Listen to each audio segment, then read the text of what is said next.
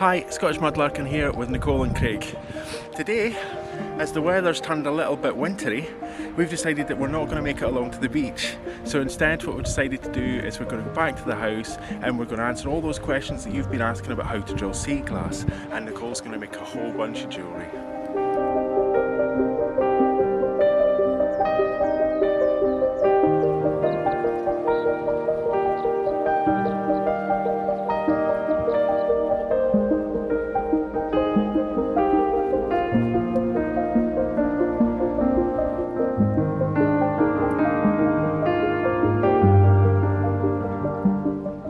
So this video is going to be a comprehensive guide of the kinds of tools that you need and the kind of techniques that you need to use in order to drill sea glass from beginner right the way through to advanced.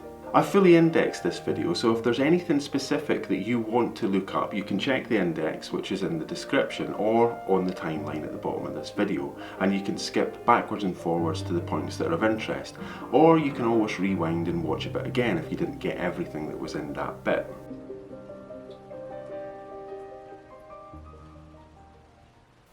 So let's have a look at the tools that you'll need to drill sea glass. Now the first thing that you're going to need quite obviously is a drill. So here are three options of cordless drills, and we always recommend that you use a cordless drill, and Nicole will say a little bit about that in a moment. So the three types that we have then are two Dremels and one non-branded or store's own variety. There are advantages and disadvantages with either. Taking the Dremel first, this one has an internal battery pack here which can be recharged, but it can't be replaced. So once you've recharged this Dremel a number of times, the battery will no longer take a charge and the entire unit has to be discarded. Next up then is this one. Now this one has a detachable battery pack and it's relatively cheap by comparison to a Dremel. The problem that we found with this one was when the first battery pack that we bought for this one died out, we couldn't find a replacement battery. What we found was that this store's own company, Parkside, had changed the unit entirely and now has the battery built into the unit. So much like the Dremel, once the battery's been recharged a number of times, the entire unit has to go in the bin. That brings us to this, the Dremel with the detachable battery. The advantage of this is that a Dremel is a universal brand. You can find these pretty much anywhere in the world. So when you need a replacement battery for a drill of this sort, you should be able to pick that up very easily.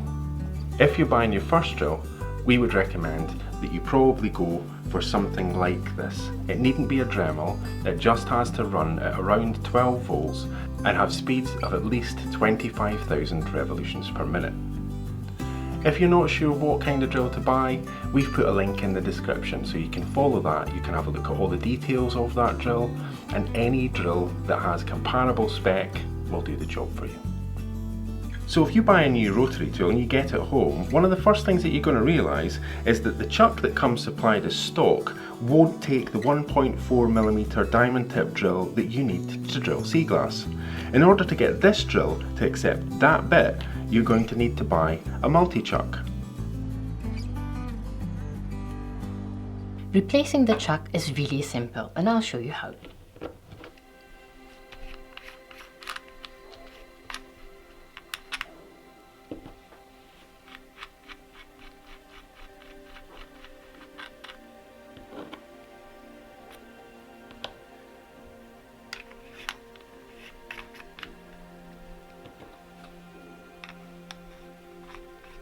It's important to hold down the lock button when you're tightening the chuck, or it just won't tighten properly.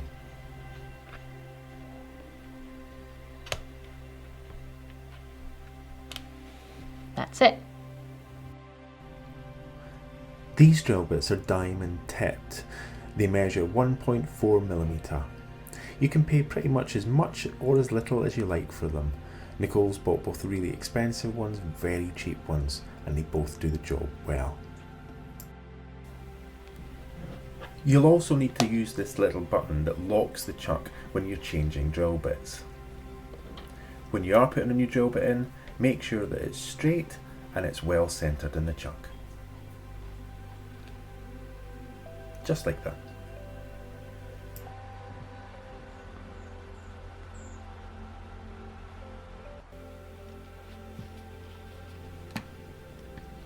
It's a good idea to give your chuck a clean every few weeks. To do this, again hold down that lock button, take off the chuck. Using a contact cleaner, we use WD-40, but we're not sponsored. You can use any contact cleaner at all that has a lubricant. Just give it a good liberal coating.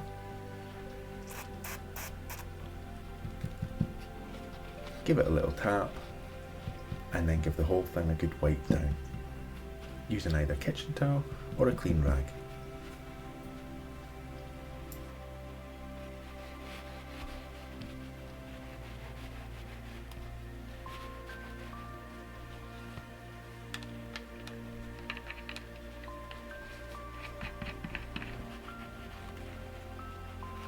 So now what you're going to need is a little tub. I use this plastic takeaway tub, and I also use plasticine to line the tub. And as you can see, I've drilled through it several times, so it's really worth having it in there. Now I've had this plasticine a couple of months now, and it's time to change it. So I'm going to use this new plasticine or modelling clay to line this plastic dish. Now what I'm going to need to do is I need to go and put a little bit of water in the dish. And if you're wondering why we're using a cordless drill, this is because we are going to drill underwater, and water and electricity don't mix well.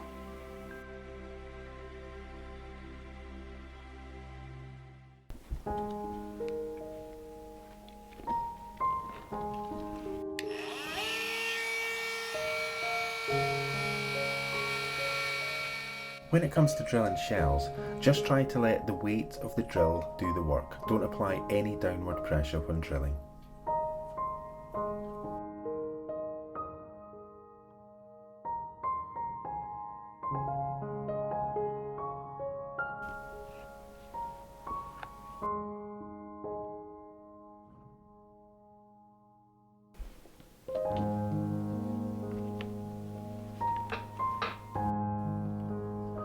When it comes to drilling pottery like this, you'll need to apply a little bit of pressure, but not too much.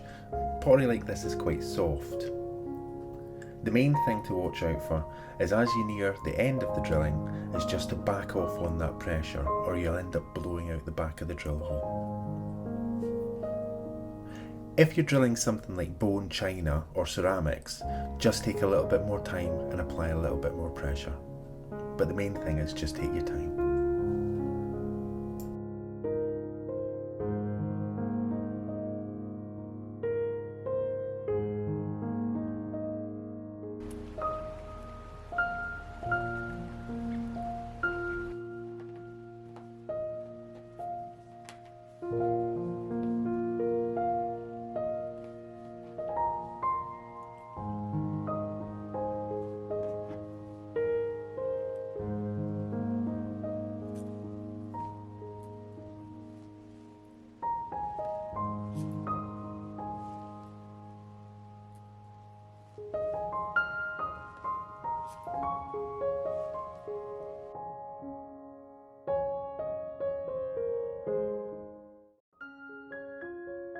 So we're going to drill this piece now, but do remember to go slow, because this is what happens when you maybe push a little bit too much.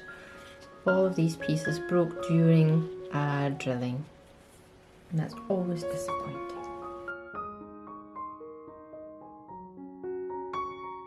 When drilling glass, just be patient. Take a little bit more time, apply a little bit more pressure. And in all cases, whether it's pottery, glass or shells, always fully submerge what you're drilling underneath the water to avoid tiny particles becoming airborne and being breathed in. We've drilled about halfway through, and we can see that the drilling channel is showing up on the other side, and now we know exactly where to drill from the other side.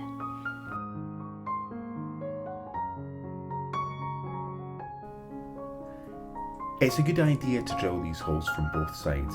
It just ensures that you have a nice clean finish on both sides of the glass.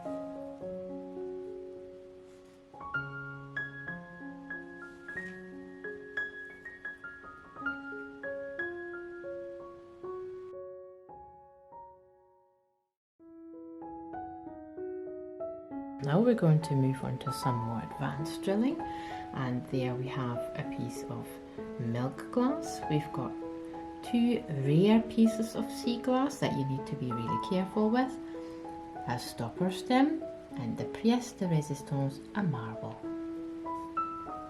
So we're going to start with a piece of milk glass. Now why is milk glass difficult to drill? You can't see through it, so you have to drill 3/4 of the way through, turn it around, hold it against the light and mark where your drill hole is going to be.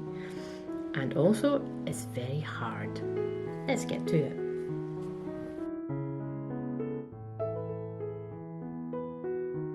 If you look carefully, you'll see that Nicole begins to drill this at a slight angle.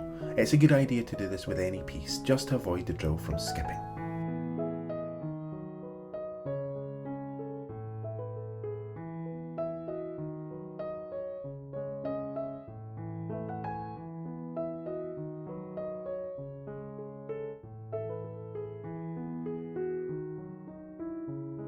So I'm going to take out the sea glass and see if we're kind of nearly through and if we can see through it yet. So I'm just going to dry it in my hands, and I'd usually hold it against the sun, but we have no sun today, so we're going to hold it against the phone and you can just roughly see through it. You can now take a Sharpie and just make a little dot there, and then you know where to drill.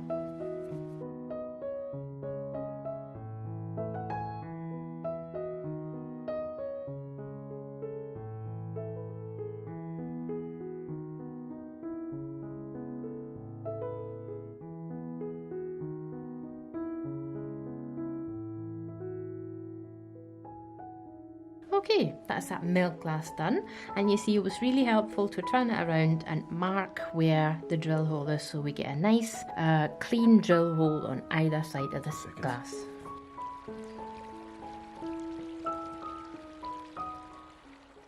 So now I'm going to drill this blue piece and this pink piece. Now if you're just starting to drill, I would recommend that you practice on some other pieces first before going on to these rarer colours. Now there's always a chance that a piece might shatter, so we're going to go really slow with this and we're going to start with the pink one.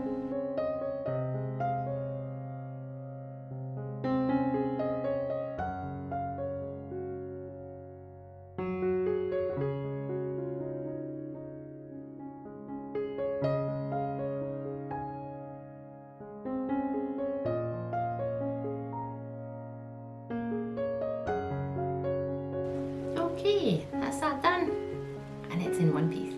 Let's drill that blue piece.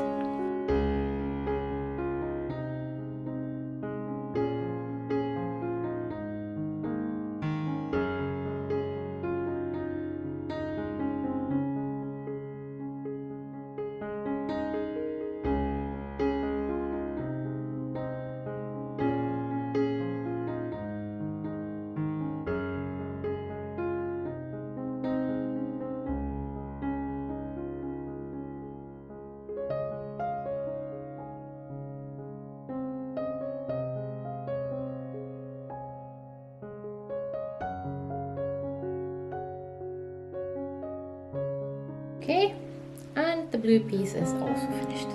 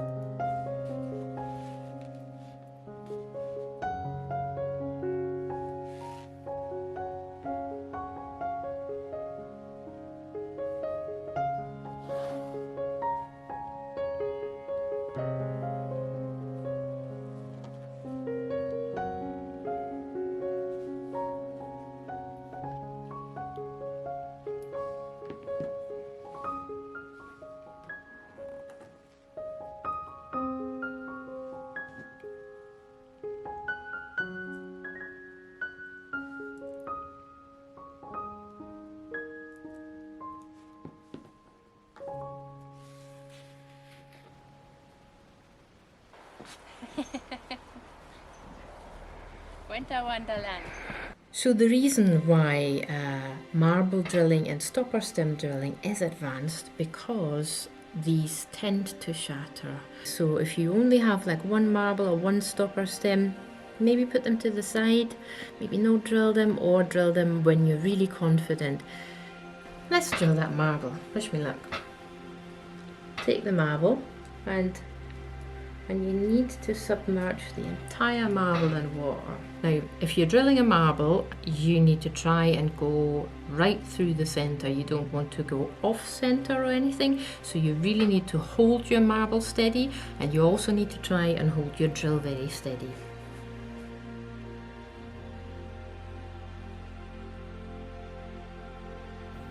This section of the video has been very heavily edited. That's because when Nicole drills a marble, she does it very, very slowly and takes a lot of time, just to make sure that there's very little chance of the marble shattering. It's also important to remove the drill from time to time, just to allow the glass debris that's building up inside the hole to clear. Don't push through a marble, just take some time. Drill slowly and you'll get there. If you are drilling marbles, it's worth noting that any of the fancy marbles, like the cat's eye marbles or any of these multi-layered marbles, are far more likely to shatter than a cod marble.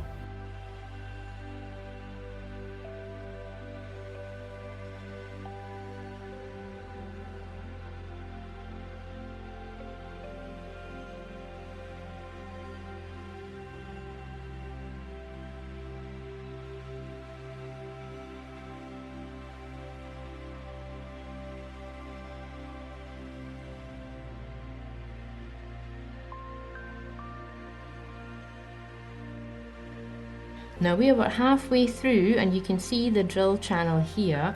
Now what I like to do is a little tip in order to get as straight through as possible.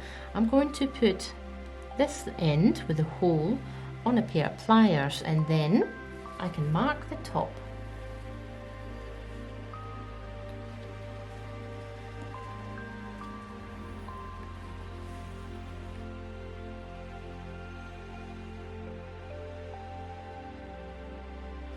Okay, now we're just gonna make a tiny little dot there. Now that we've marked where we need to drill, we can drill from the other side.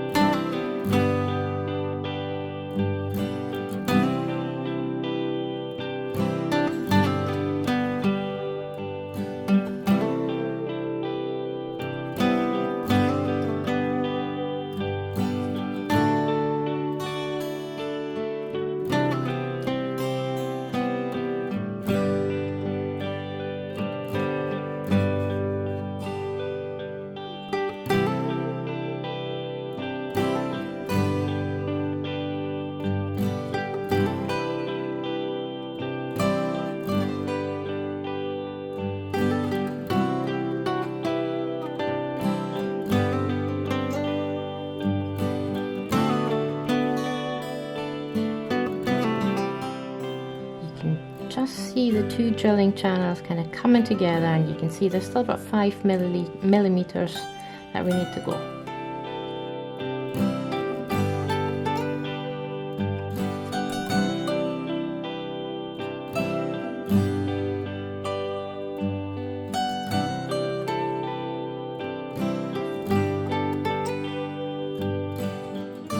Okay, let's just check where we're at.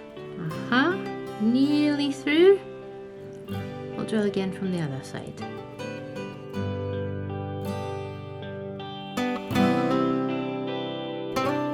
So as you can see, we've quickly changed the water so you can see that we're nearly through. So let's do it.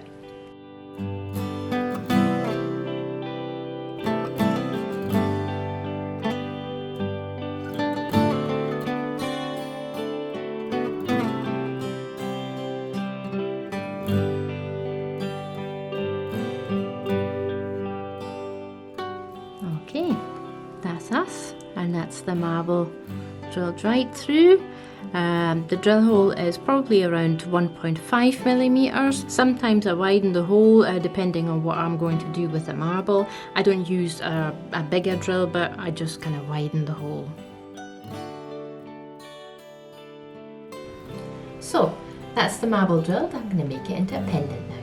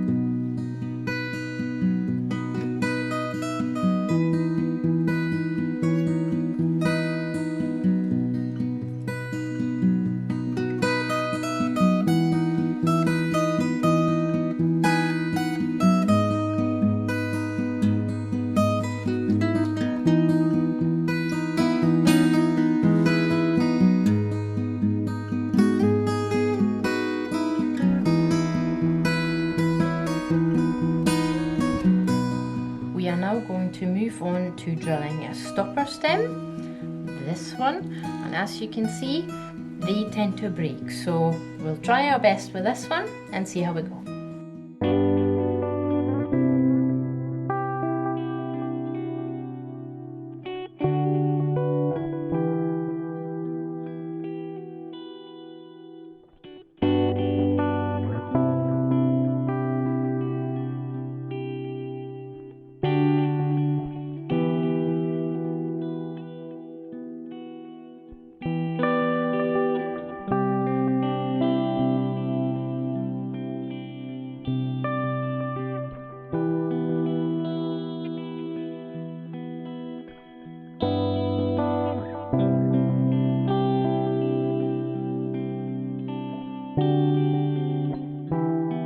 I'm going to show you what it looks like now. Might break, who knows? Let's crack on. How do you say adjective?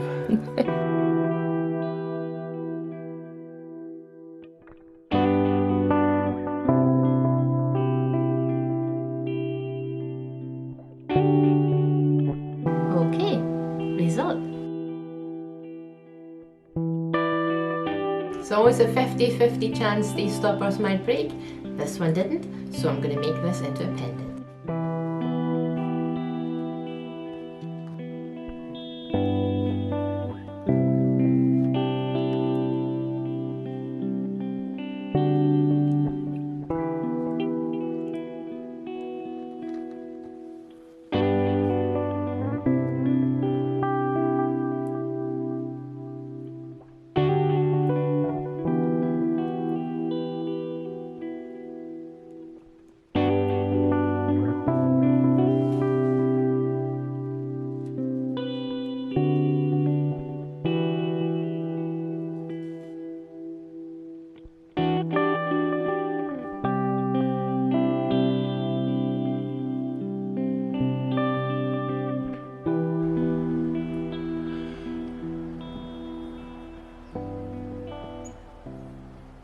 Okay, that's all the jewellery made, and it's all going to be in our Etsy shop.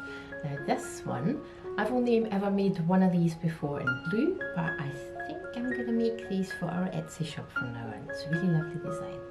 Thanks so much for watching the video. We hope you've enjoyed it, and we hope that we've answered all your questions about how to drill sea glass. If we've missed anything out, then please let us know in the comments. Also, if you're interested in any of the tools that we've been using today, or how to get started on drilling your own sea glass, we've put some helpful links in the description. Big thanks to everybody for watching, liking and commenting. If you haven't subscribed to the channel, please do subscribe to the channel. A big thanks also to everybody for visiting our Etsy shop and for helping us out through Ko-fi. It all makes such a big deal, it makes a huge difference to us. Thank you so much.